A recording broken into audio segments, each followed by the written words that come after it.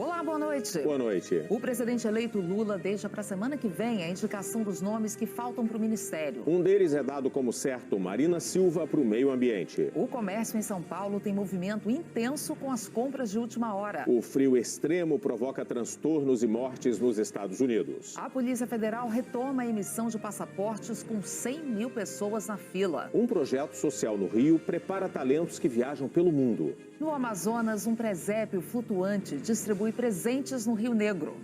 O Jornal Nacional da Véspera de Natal está começando.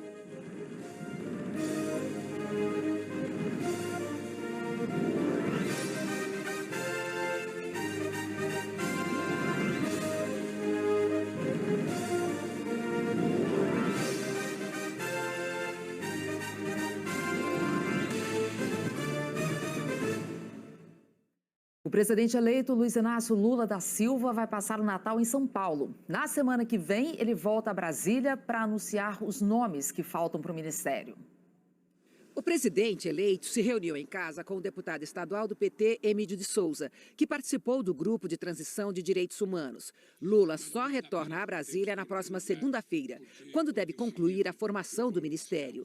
16 dos 37 ministros ainda precisam ser anunciados.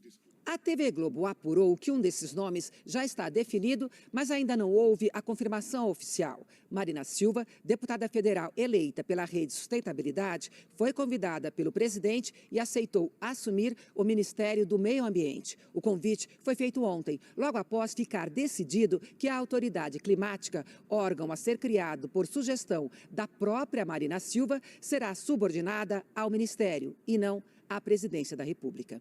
Lula convidou a senadora Simone Tebet, do MDB, para o meio ambiente. Ela se dispôs a aceitar desde que houvesse acordo para que Marina assumisse a autoridade climática, o que não ocorreu. E agora segue o impasse sobre qual será o espaço de Tebet no futuro ministério. O planejamento é uma das opções, mas ela tem resistido a essa possibilidade. A TV Globo também apurou que o Ministério das Cidades chegou a ser pensado para Simone Tebet, mas Lula não chegou a oferecê-lo para a senadora. As conversas avançam para que Cidades vá para a bancada do MDB da Câmara ou ainda para a União Brasil. Na lista dos ministérios que ainda não têm titulares oficializados estão também Integração e Desenvolvimento Regional e Minas e Energia. Fontes ligadas ao governo eleito indicam que o deputado Elmar Nascimento, do União Brasil, que foi relator da PEC da transição, deve assumir o primeiro, Integração. E Minas e Energia pode ficar com Alexandre Silveira, do PSD de Minas Gerais. Hoje cedo, o presidente eleito postou uma mensagem nas redes sociais. Ele escreveu: "Desejo que o Natal seja o da reconciliação das famílias e da reconciliação do Brasil consigo mesmo.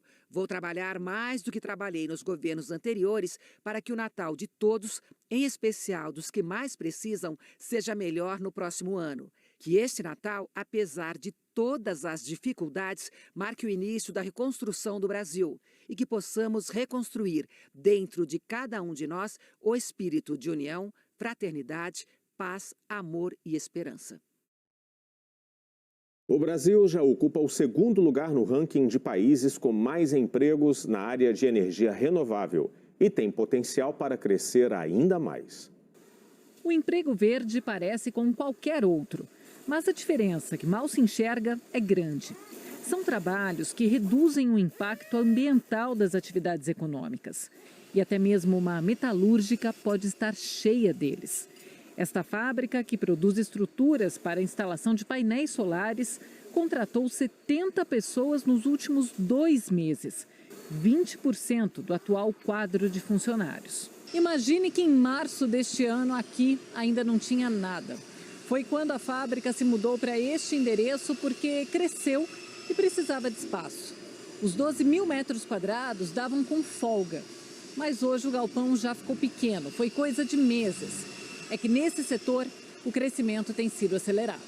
A energia solar hoje é muito acessível, né? Qualquer pessoa que faça contas entende que vale a pena colocar no seu telhado energia solar. Tem todo um apelo social, tem todo um apelo ambiental. Então tem muita gente indo por esse caminho por essas razões. Um estudo da Agência Internacional de Energia Renovável mostra que 10% dos empregos em energias renováveis no mundo estão no Brasil.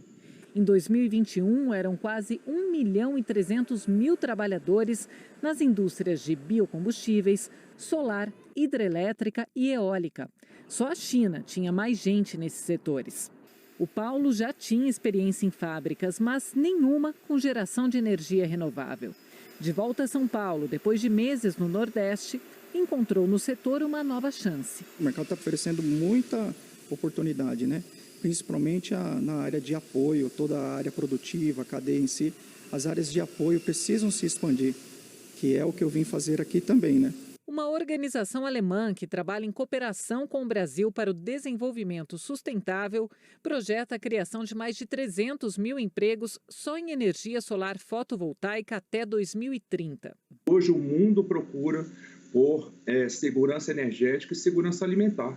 E o Brasil ele tem, né, um grande potencial para suprir essas necessidades. Daí, casar a quantidade de investimento potencial que pode vir a receber com também a capacitação e a geração de empregos nessa nova economia. O João Victor trocou de emprego há 5 meses. Formado em energia elétrica, está fazendo pós-graduação em energias renováveis. O que na faculdade parecia um futuro distante, já é realidade. Hoje em dia não tem como negar que temos diversos problemas ambientais em curso. Então, poder ser uma parte da mudança, né, para um mundo sustentável é algo que sempre me brilhou os olhos, né? Então, eu fiz o meu movimento para conseguir ver o fruto do meu trabalho num mundo mais sustentável. Com o crescimento das fontes alternativas de energia, hidrelétricas foram mudando de papel na geração elétrica do país. O cenário atual do segundo maior rio da América do Sul é reflexo da chuva dos últimos meses. Bem diferente do ano passado, quando o nível do Rio Paraná ficou quase 9 metros abaixo da média. Acima da barragem de Itaipu, o volume se mantém estável e permite que todas as turbinas sejam acionadas conforme a demanda. Itaipu reaproveita a água que já passou por outras 54 hidrelétricas para gerar energia, sem a necessidade de um reservatório tão grande quanto o de outras usinas. Nesse momento, a Itaipu produz apenas 8,4% da energia consumida no Brasil. Em 1997, essa produção chegava a 25%. 10 anos depois, passou para 20%. Os especialistas e a empresa atribuem essa queda à participação de outras fontes de energia no sistema brasileiro. A população aumenta, eu preciso de mais energia elétrica. A economia aquece, eu preciso de mais energia elétrica. Então, eu construo novas usinas. Nos últimos anos, em particular, de fonte eólica, dos ventos, solar. E isso faz com que o mercado cresça. A Itaipu, como ela já é uma usina de 20 unidades geradoras e ela não vai crescer, né, ou não tem planos de crescer, é natural que o mercado crescendo, a participação da Itaipu diminua. A capacidade eólica instalada no Brasil aumentou 51% de 2019 para cá. Atualmente são 23,3 gigawatts de potência, 12% de toda a geração injetada no Sistema Interligado Nacional. E a expectativa é que nos próximos 4 anos essa capacidade suba ainda mais. A participação da energia solar também aumentou. De janeiro a novembro deste ano, esse tipo de energia cresceu 59% no país, chegando à marca histórica de 22 gigawatts de potência instalada. Isso é o equivalente a quase 11% da matriz energética brasileira. Só a potência instalada em casas, comércios e empresas ultrapassou a capacidade de Itaipu, a segunda maior hidrelétrica do mundo. Com mais fontes de energia, a direção de Itaipu afirma que a usina virou uma espécie de bateria, uma reserva para momentos de emergência. Antes a gente gerava na base e a full o tempo todo. Hoje a gente completa essas outras fontes, porque o custo do vento é zero e o custo do sol é zero. Agora, assim como elas entram no sistema, elas também saem. Quem é que tem que entrar gerando energia na saída delas? A fonte mais flexível que você tiver no sistema. Geralmente essa fonte é a hidrelétrica. A grande vantagem da hidrelétrica é que ela pode aumentar rapidamente ou diminuir rapidamente a geração. Então, por exemplo, quando você tem pouco vento para gerar energia eólica, ou é de noite e você não tem o sol, ou um dia que está mais nublado, a Itaipu, como as outras hidrelétricas, pode rapidamente aumentar a geração e, com isso, complementar essas fontes consideradas fontes variáveis ou intermitentes. Vamos ver agora como fica o tempo no domingo de Natal com Marcelo Pereira. Boa noite, Marcelo. Feliz Natal para você. Oi, Helter. Boa noite para você, para Ana. Feliz Natal desde já para vocês também. Oi, pessoal. Boa noite para vocês. Olha, o domingo de Natal vai ser bem quente e abafado. Isso até o meio da tarde na maioria das cidades brasileiras. Mas, no final do dia, a chuva ganha força e intensidade. Isso acontece porque a umidade do ar sobe bastante ao longo do dia. Essa condição está valendo já para as seguintes capitais: Campo Grande, Rio Branco, João Pessoa, São Paulo e também Curitiba, apesar de ser a mais fresquinha com 26 graus e a que tem menos chuva com 5 milímetros. Condição muito semelhante também para você que está aqui no Rio de Janeiro, com 31 graus, uma chuva um pouco mais grossa com 15 milímetros. Salvador chove um pouco menos e também vai quente. No norte, Porto Velho com 31 e 15 milímetros. Goiânia chove um pouco menos. Florianópolis é a que menos chove, com 29 graus. Os temporais se formam no centro-norte do Brasil, onde fica a maior concentração de toda a umidade do ar nesse período de verão. Partindo aqui amanhã, principalmente do norte de Mato Grosso do Sul, cruzando o centro-oeste, o interior dos estados do Nordeste até a região norte. E aqui, entre São Paulo, Minas e também no Espírito Santo, onde pode ter raios, granizo e ventania de até 70 km por hora. Com exceção de Belo Horizonte, os maiores acumulados de toda essa chuva vão ficar fora das capitais. Carolina, no Maranhão, é a que mais recebe chuva amanhã com 60 milímetros, depois Petrolina, Pernambuco com 40, Barreiras na Bahia menos, Vilhena vai na mesma linha de Barreiras, em Rondônia, e BH, como eu disse, com 25 milímetros. A única capital que não terá chuva no dia de Natal está aqui, ó, Boa Vista, e em grande parte também do estado de Roraima e no norte do Amazonas. Depois, partindo do norte do Pernambuco, cruzando toda essa área central da Paraíba até o interior do Rio Grande do Norte e a faixa leste do Ceará. Falando dos próximos dias, vem mudança no tempo, principalmente para o centro-oeste. Cuiabá começa com a semana super quente, com algumas pancadas de chuva, mas ao longo da semana a chuva vai aumentando gradativamente e a temperatura vai caindo. Agora em Teresina, calorão ao longo de toda a semana e algumas pancadas de chuva. Para você de casa, eu desejo um Feliz Natal. Ana, Helter, eu volto com vocês e também aproveito para renovar os votos de Feliz Natal. Boa noite. Feliz Natal, Marcelo. Obrigada. Jovens da Bahia estão usando tecnologias simples para buscar soluções inovadoras que podem até salvar vidas. Foi de Gabriel a ideia de adquirir uma impressora 3D para confeccionar peças da área de manutenção em uma das estações do metrô de Salvador. Bastante estimulador, né? A gente criou um núcleo de estagiários para impressão, então todos que conseguiram aprender esse conhecimento e desenvolver os projetos da sua própria área. Do botão do rádio a alinhador da escada rolante da estação. Peças que levariam no mínimo 45 dias para serem entregues pelos fornecedores, hoje levam menos de 24 horas para serem produzidas aqui dentro. Sem falar na redução de custos. Em 1 ano e meio de projeto, já foram mais de R$130 mil economizados. A gente consegue pagar muito menos porque a fabricação interna é mais barata e a gente consegue produzir sob demanda, porque justamente o tempo da impressão é muito baixo. Esforço reconhecido pelas empresas. A gente tem buscado sempre incentivar, dar o protagonismo para os nossos estagiários, os jovens que têm chegado, e que têm trazido uma bagagem de tecnologia, de inovação. Então é necessário que no nosso dia a dia a gente esteja acompanhando e dando esse protagonismo. Nessa escola do ensino fundamental da região metropolitana de Salvador, os protagonistas são estudantes de 13 a 15 anos que estão em um projeto de extensão que usa robótica como fio condutor. Aqui tudo começa com essas peças de brinquedo. É uma forma de estimular trabalho em equipe, raciocínio lógico e criatividade. A diversão é o ponto de partida para buscar soluções inovadoras para problemas do mundo real. Foi assim que um grupo de estudantes desenvolveu essa caixa de monitoramento térmico para transporte de órgãos. Os estudantes agregaram novas funções a produtos que já existiam, uma caixa térmica e um termômetro. Antes, a temperatura do transporte de um órgão era conhecida apenas na saída de um hospital e na chegada do outro. E hoje já é possível se conhecer toda a temperatura durante esse transporte. Isso garante à equipe médica a certeza, né, que aquele órgão não excedeu a temperatura de isquemia fria, que é a temperatura que ele deve ser acondicionado.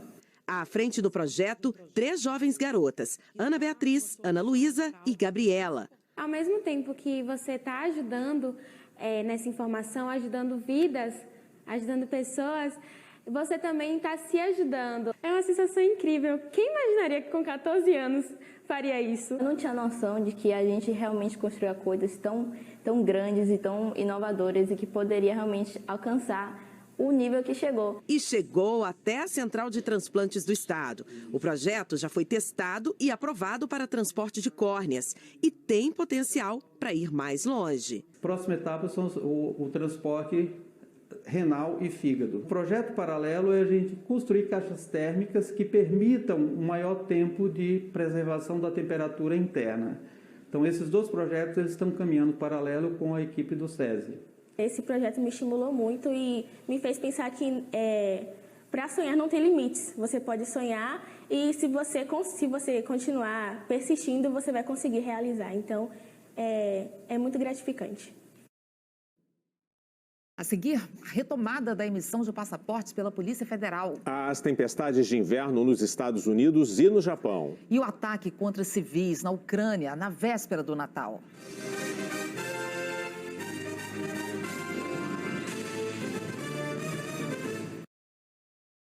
Filhos de Pelé passaram essa véspera de Natal ao lado do pai, que está internado no Hospital Albert Einstein, em São Paulo. Na noite de ontem, Kelly Nascimento postou uma foto em que aparece abraçada ao pai. Hoje, o filho Edinho, que é técnico do Londrina, publicou uma imagem segurando a mão de Pelé e escreveu: "Pai, a minha força é a sua". Pelé está hospitalizado desde 29 de novembro para um tratamento de um câncer de cólon. Brasileiros aproveitaram até o último momento do comércio aberto hoje para comprar presentes de Natal. Quando você pega carrinho de supermercado para passear pelo shopping no dia 24 de dezembro e ele fica cheio de presente, é sinal que sobrou muita coisa para fazer em pouco tempo. Nós não somos de São Paulo, nós viemos de Belo Horizonte e a gente acabou, uma coisa boa foi encontrando mais pessoas do que a gente pretendia. E a gente falou, não, tem que presentear, né? E esse programa de shopping no dia 24, o que você achou disso? Eu tô querendo ir embora. Quem deixou para a última hora não se deu tão mal assim. Pelo menos nesse shopping em São Paulo, o movimento à tarde foi tranquilo. A impressão dos clientes é que muita gente antecipou as compras. E deve ter sido isso mesmo, até porque o comércio paulista espera vender 8% a mais no Natal deste ano, de olho em clientes generosos, como o Guilherme. Cara, aqui tem presente para a mãe, para o pai, para o avô, para a avó, para a tia, para a filha, para os primos, tem para todo mundo aqui. E um dos riscos de fazer compra no dia 24 é atrasar a ceia. Vai ter comida ou não vai? Não, vai ter. Minha mãe gosta de fazer comida, né? Então as comidas estão por conta dela. Aí eu fiquei encarregada dos presentinhos, então tenho que correr. 5 da tarde, o shopping fechou. E mesmo estando funcionando há uma semana em horário estendido, tem gente que não conseguiu comprar todos os presentes. Então as lojas que estão abertas como essa daqui, tá terminando de comprar? Estamos terminando. É o último? É o último, graças a Deus. Então, ó, essa aqui está aberta, mas tem algumas lojas que já começaram a fechar, mesmo com cliente do lado de dentro. Até porque o pessoal sabe que se não for hoje, não vai ser mais para o Natal desse ano. A gente é bem organizado, larga tudo para a última hora e corre no shopping para conseguir comprar. Ainda faltam 2 lojas. Meu namorado tá ali na loja comprando o presente da mãe dele. E é isso, a gente deixa para comprar nos 45 do segundo tempo. Bom que vai ter presente para todo mundo. Vai. E eu espero ganhar presente também, viu, gente? Que eu comprei presente aqui, eu levem o meu presente para casa hoje. Os aeronautas decidiram suspender a paralisação que começou na segunda-feira. O sindicato informou que a categoria vai votar amanhã de manhã uma nova proposta das companhias aéreas. O resultado da votação deve ser anunciado no domingo, depois do meio-dia. A categoria pede melhores condições de trabalho e reajuste salarial. O Sindicato Nacional das Empresas Aeroviárias afirma que começou as negociações em outubro para preservar os direitos dos tripulantes e que o setor ainda enfrenta os impactos da pandemia. O ministro da Justiça, Anderson Torres, afirmou que a Polícia Federal retomou a produção de passaportes, que estava parada desde o dia 1º de dezembro por falta de orçamento. A retomada ocorre depois de o governo federal liberar mais de 30 milhões de reais para a PF. Esse dinheiro estava previsto em um projeto de lei aprovado pelo Congresso. Segundo a PF, os prazos para os novos pedidos só serão normalizados depois que a fila de 100 mil pessoas que aguardam a entrega do documento for zerada. A tempestade de inverno que atinge Estados Unidos e Canadá já causou 19 mortes. Este foi o resultado em Buffalo. Uma cidade praticamente soterrada pela neve. 1.300 quilômetros ao sul, o cenário não é muito diferente. Em Paducah, no Kentucky, ruas desertas e silenciosas. E em Ocala, no normalmente ensolarado estado da Flórida, a temperatura deve chegar a raros 5 graus negativos. As praias que estariam cheias nessa época do ano ficaram vazias. A extensão do ciclone bomba Elliott cobre mais da metade do território americano e colocou em alerta também algumas das províncias mais populosas do Canadá, como Ontário e Quebec. Cerca de 2/3 dos canadenses podem ser afetados de alguma forma. Nos Estados Unidos, os efeitos variam de região para região. Aqui na cidade de Nova York quase não nevou, mas o frio de menos 10 graus torna até difícil para articular as palavras. Esse gelo que se forma no chão é perigoso para pedestres e também para motoristas, porque torna o asfalto escorregadio. Em Ohio, 4 pessoas morreram num acidente envolvendo 50 carros. Ao todo, 2 milhões de americanos correm o risco de passar a véspera de Natal à luz de velas. Diante dos riscos do mau tempo, para muita gente o Natal ficou em segundo plano. Eu sei que é difícil, mas para quem ainda não estiver junto de suas famílias, tentem suspender os planos de final de ano, orientou a governadora de Nova York. No Japão, 11 pessoas morreram por causa da nevasca que atinge o país há uma semana. Mais de 70 pessoas ficaram feridas. 6.300 residências estão sem energia elétrica. Em algumas regiões, o volume de neve acumulada é o maior desde 2014. A invasão à Ucrânia completou hoje 10 meses. Em Kherson, um ataque numa área civil matou 10 pessoas. Em Bakhmut, uma cidade que virou símbolo da destruição, os soldados ucranianos montaram uma pequena árvore de Natal. Ele diz que mesmo na guerra, Natal é sempre Natal. E que estão hoje na linha de frente para que no ano que vem possam celebrar ao lado da família. Mesmo na véspera do feriado santo, a Rússia manteve o ciclo de ataques. Em Kherson, pelo menos 10 pessoas morreram no bombardeio. O presidente ucraniano chamou as explosões de terrorismo, já que não havia instalações militares nesta área. O primeiro-ministro aqui do Reino Unido publicou um vídeo de apoio à Ucrânia. Ele escreveu na mensagem que os britânicos vão continuar lutando ao lado do país. O vídeo de ficção mostra a chegada de um presente até o lar de uma menina ucraniana. Quando ela abre a embalagem, descobre que é uma luz de Natal, acesa com baterias. Nas redes sociais, Volodymyr Zelensky agradeceu. Disse que a luz sempre vai prevalecer sobre a escuridão e que a paz vai ser restaurada na Ucrânia, na Europa e no mundo.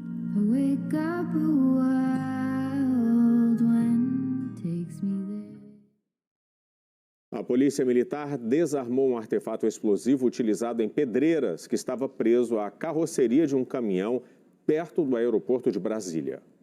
A área próxima ao aeroporto foi interditada. Os policiais recolheram o artefato e o levaram para a perícia, que ainda vai analisar as especificações e a eficiência dele. Um aparelho com antena estava acoplado ao artefato. A polícia ainda não sabe quem é o responsável. O motorista foi ouvido e, a princípio, o envolvimento dele foi descartado. Os pousos e decolagens não foram afetados e a área já está liberada. O futuro ministro da Justiça, Flávio Dino, publicou numa rede social que as investigações estão sendo executadas pela Polícia Civil do Distrito Federal e que a equipe de transição está acompanhando.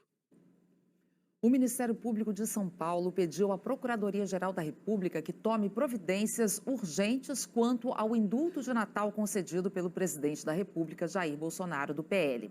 O MP considerou o decreto inconstitucional por beneficiar policiais condenados pelo massacre do Carandiru, quando 111 presos foram mortos numa penitenciária em São Paulo. Baseado no indulto, o advogado que representa os policiais disse que entrou com pedido de perdão das penas. A Procuradoria-Geral da República declarou que está analisando o indulto e deve questionar a constitucionalidade da medida. A seguir, a mensagem do Papa Francisco. O projeto social que exporta talento brasileiro para o mundo.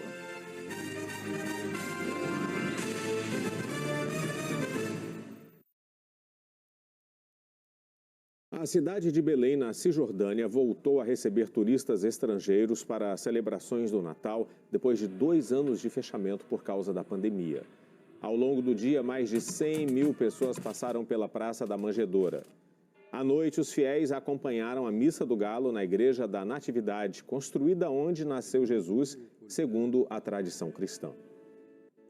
No Vaticano, o Papa Francisco denunciou a ganância e as guerras e fez um apelo em defesa das crianças e dos pobres. A Missa do Galo reuniu 7 mil fiéis, o maior público na Basílica de São Pedro desde o início da pandemia. O Papa criticou uma humanidade insaciável por dinheiro e poder e a maneira como a liberdade e a dignidade têm sido desprezadas. Francisco disse que as maiores vítimas da ganância são os mais vulneráveis e que a verdadeira riqueza não está nas coisas e sim nas pessoas. No Fantástico de amanhã, muitas histórias de esperança e personagens que fazem a alegria do Natal. Pessoas como a Marina, que vai ter um Natal com uma nova família e a saúde de volta. Ela fez um transplante de medula para tratar um câncer. A doadora foi uma irmã que ela nunca tinha conhecido. Dá sempre uma festa, uma felicidade e, se Deus quiser, vai continuar assim pelos próximos anos. Os Papais Noéis vão aprontar no Show da Vida. Tem um motoqueiro distribuindo amor e presentes. E a turma que arrumou um tempo para se divertir. Amigo oculto ou secreto? Não importa. O que todo mundo quer saber é quem tirou quem na brincadeira do Show da Vida. Eu acho que ela impulsionou, que ela deu muita força para as mulheres. Acho que vocês já adivinharam quem é, né? O Fantástico também vai falar de turbulências em voos que terminaram com mais de 40 feridos. Eu vi pessoas, assim, parecia que estava levitando. Em Goiás, o resgate de um sequestro pago com criptomoedas. Você vai ver como a polícia conseguiu localizar os suspeitos através de contas extremamente codificadas. Como é a vida num santuário ecológico que há 40 anos foi cenário de uma guerra? Leão Marinho tá ali, hein? De olho em vocês. Na Ásia, um paraíso ameaçado pelo lixo e pelo aquecimento global. E os caçadores de fenômenos vão atrás de um espetáculo de cores em terras geladas. É natureza, é fantástico, é amanhã, depois do Domingão com o Hulk. A gente se vê. Nesse fim de ano, grupos de voluntários redobraram os esforços para garantir um pouco do sabor do Natal para quem vive nas ruas de São Paulo. Toda vez que uma família se reúne para celebrar, é Natal. Sempre que a falta, a dor, a preocupação abrem espaço para alegria compartilhada, é Natal. E quando alguém tem muito a agradecer. O banquete deu ar livre, isso é maravilhoso demais. E sempre que a gente para escutar de verdade, que a gente dá as mãos para o outro sem esperar nada em troca, é Natal. Esse é o espírito dessa noite especial. Compartilhar, olhar, se doar para o outro. E teve muita gente que não esperou dezembro chegar para isso. Grupos de voluntários de várias regiões do país trabalharam o ano inteiro na contramão de uma estatística, o crescimento da pobreza no Brasil. Em 2022, 1 em cada 7 brasileiros passou fome, segundo dados da Rede Pensan. Não vou me conformar nunca. Alivia quando você trabalha aqui? Alivia, só que traz uma angústia porque o número é tão grande que ao mesmo tempo você fala, puxa, você está o dia inteiro trabalhando, faz uma grande quantidade, chega na rua e aquilo, ó, vai em 5 minutos e te dá uma sensação de, nossa, precisa de muito mais. Quando a gente leva um lugar na mesa para quem tem fome, a gente está ali dando para essa pessoa dignidade, respeito. Essa valorização que a gente leva para essas pessoas quando a gente faz isso, ela é capaz de aumentar a autoestima de cada um deles. Ninguém merece estar com fome, ninguém merece acordar com fome, ninguém merece acordar e não saber o que vai comer, qual refeição que ela vai ter. Essa noite o seu Gerson chora, mas é de felicidade. Emociona, né? Porque a gente, na rua, a gente tem nada, a gente vive no frio. Na mesa de concreto do Anhangabaú, os Silva cearam. Sou aposentado, mas porém ganho um salário mínimo. Então você vê como é que é a situação, não dá para atender todos os requisitos dos meus filhos. A minha filha até comentou e falou que queria essa comida todo dia. Vai ser bom, né? É realmente gostoso, né? Muitos já tinham se esquecido de quem são. Pernilzão gostoso, hein? Comida bem feitinha, bem temperadinha. Cheiro te lembra alguma coisa? Nossa, comida de casa. Comida da mãe. Muito bom, viu? Uma delícia. Cheiro tá bom. O cheiro tá ótimo, não? Graças a Deus, pelo menos nós tem, né? Por pouco, mas Deus sempre manda, né? E a gente fica muito satisfeito por isso, não? Feliz Natal. Pra você também, viu? Tudo de bom, viu?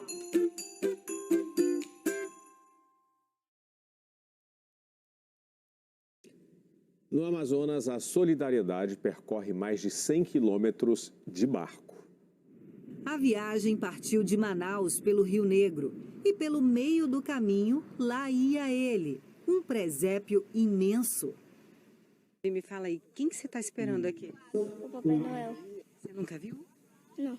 Não é só o Davi. Olha a quantidade de gente chegando das comunidades vizinhas. Crianças, muitas. Mas o encantamento não tem idade.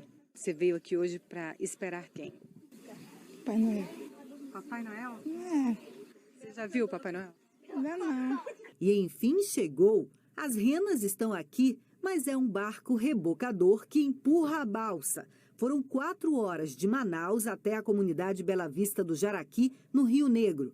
A navegação lenta ajuda a manter essa grande estrutura intacta, porque ela ainda vai visitar outras 10 comunidades até o fim do ano. A intenção é principalmente trazer o respeito e a igualdade para nossas comunidades ribeirinhas e eles poderem aproveitar o Natal, né? Trazer a esperança, trazer uma luz. A festa flutuante faz nevar na Amazônia.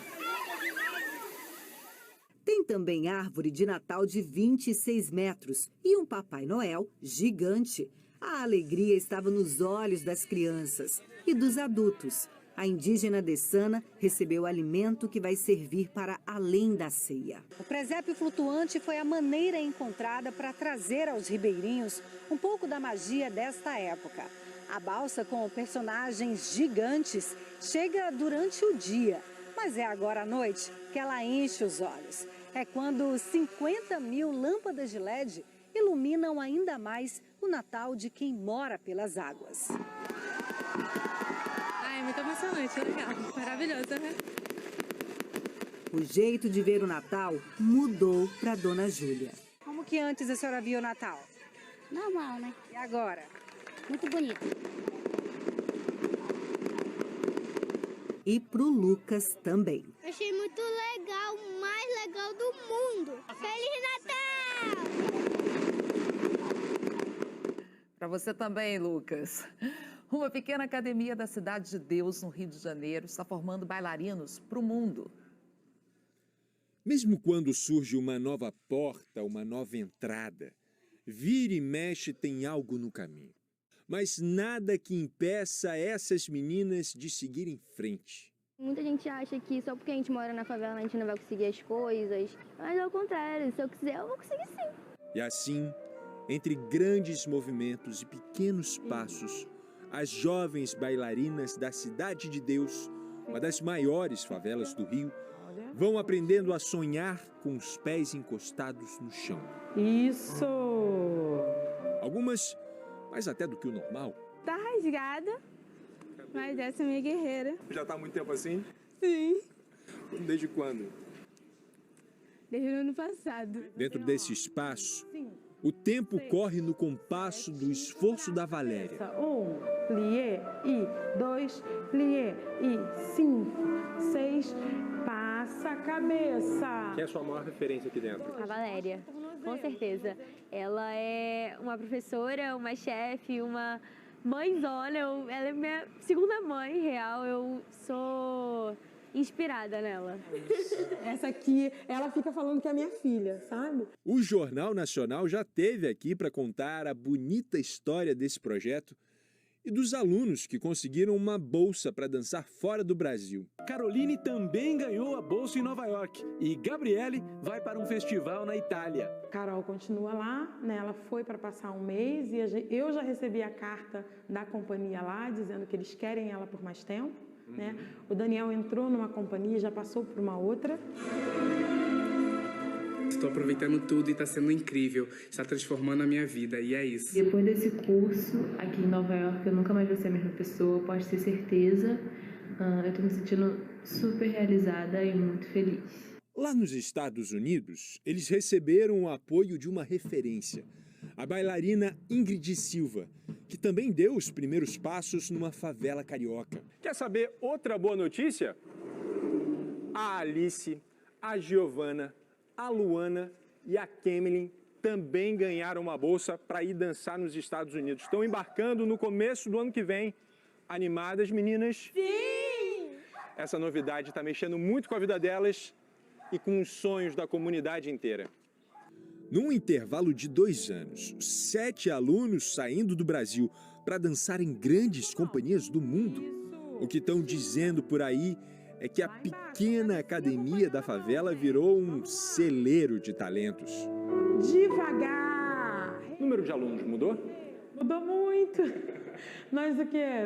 Quadriplicamos, eu acho, né? Nós tínhamos 50, 55 crianças, né, há 2 anos atrás. E nós, quando abrimos as inscrições, né, nesse ano, a fila estava rodando o quarteirão. O bailarino Jonathan Batista é outro que conhece bem esse caminho que leva da Cidade de Deus aos Estados Unidos. Hoje em dia, ele é o bailarino principal de uma das maiores companhias da América. Adivinha onde ele estava nas férias? Na Academia da Valéria. Isso é difícil, não é? Mas é a partir desse momento. Recentemente, a Valéria também foi convidada para uma temporada lá fora. Mas ainda não sabe se vai. Diz que nos Estados Unidos tem muita coisa para aprender, mas na Cidade de Deus, mais coisa ainda para ensinar. A gente, às vezes, quer um mundo melhor, né? Mas a gente não trabalha por esse mundo melhor. E eu descobri que nós vamos ter um mundo melhor quando nós mudarmos a vida de alguém. Um espaço transformador, um espaço que ensina, um espaço que alimenta e um espaço que dita a direção, sabe? Porque elas precisam de limites e de direção. Que esse espaço cresça e floresça. Parabéns, querida. Essas iniciativas dão esperança para o coração da gente. Inspiração. O Jornal Nacional termina aqui. Ótima noite para você. Feliz Natal. Feliz Natal para você também. Feliz Natal para você de casa. Boa noite.